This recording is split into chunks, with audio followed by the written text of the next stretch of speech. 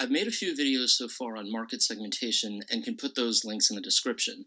But since segmentation is one of my favorite topics in marketing, I'll be doing more segmentation videos. For this one, I wanted to share an underutilized example when talking about psychographic segmentation. I hope you'll watch this entire video since I added a few things in here that I wasn't planning and you may enjoy.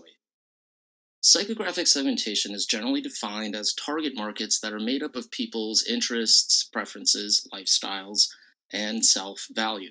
Notice I'm using the term self-value, not necessarily one's general values. That may play into psychographics, but it also may be too general.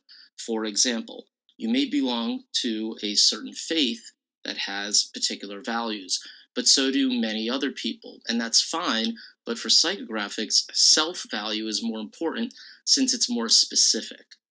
What makes psychographic segmentation interesting is that it's heavily based on qualitative data as opposed to quantitative, and it's based on not only demographic, but also behavioral segmentation. When you think about your favorite movie genres, it's probably a reflection of how you see the world.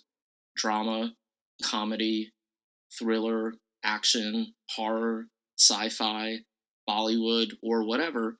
I'd also bet that people who like the same movie genres as you are those that you generally get along with more. And interestingly enough, within genres, there are subgenres. So if you take comedy, you can also break that down into dark comedies, romantic comedies, etc. And ladies, I don't mean this in any disrespectful or immature way, but you know how romantic comedies are often called chick flicks? And I'm not saying every woman likes them because I know some that don't, but a chick flick is a psychographic segmentation. By the way, can I just throw this in there? Not as though I'm jealous and want to do this, but how come every romantic comedy over the past 15 years or so is made by Judd Apatow? Judd Apatow, every day Judd Apatow. I mean, give me a break. Does nobody else get a chance to make a romantic comedy? Anyway, the movie industry has been using psychographic segmentation when crafting their films ever since Hollywood started. For example, the movie Rocky isn't about boxing. Boxing is simply the narrative that takes a story from point A to Z. Rocky is a movie about triumph and self-determination. I mean, come on. Who doesn't feel all good inside every time you hear the theme song, Eye of the Tiger?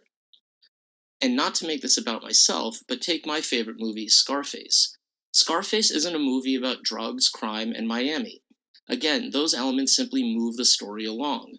Scarface is about a Cuban immigrant named Tony Montana, an ambitious man who wants everything America, the land of opportunity, can offer and wants to be self-made. Tony Montana, and I sincerely mean this, is also a romantic, and he's loyal.